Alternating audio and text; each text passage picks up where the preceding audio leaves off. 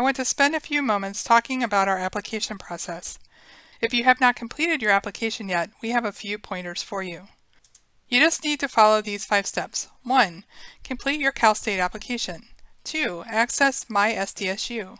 3. Submit official transcripts to SDSU. 4. Submit any applicable test scores. And 5. Create your program application through Interfolio. Applications to start in fall open October 1st, and the deadlines are listed on this slide. For MSA, MSIS, MSCM, MSGBD, your deadline to apply to Cal State is February 1st, and transcripts, applicable test scores, and Interfolio need to be submitted no later than March 1st, 2023. For MBA and MSBA Financial Tax Planning, your Cal State Apply deadline is May 2nd, and transcripts, test scores, and Interfolio need to be submitted to SDSU no later than June 1st, 2023. When you apply, the Cal State Apply will ask you for a number of different documents. Because the system is used by all Cal State universities, it is not particularly easy for us to customize. This slide shows you what you need to enter into Cal State and what goes into your supplemental application system called Interfolio. Everything highlighted on this screen goes into Cal State Apply. There is no harm in providing the other items, but some are not required, and others are required to be sent directly to SDSU or entered into your Interfolio. If you want to save the duplication of effort, please follow these tips.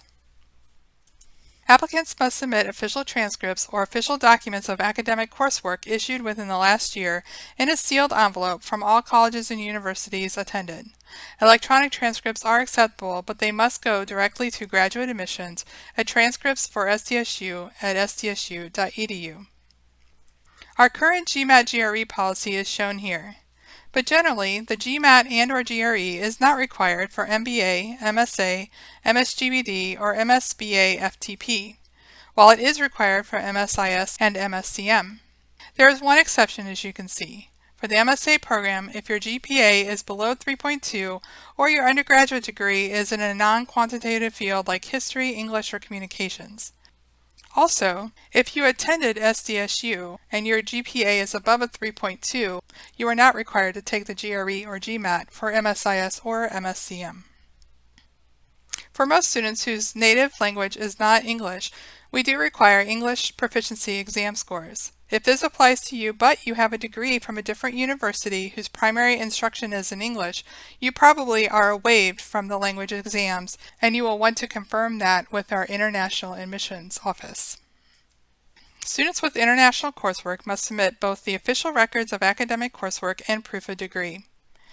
If documents are in a language other than English, they must be accompanied by a certified literal English translation or an official evaluation.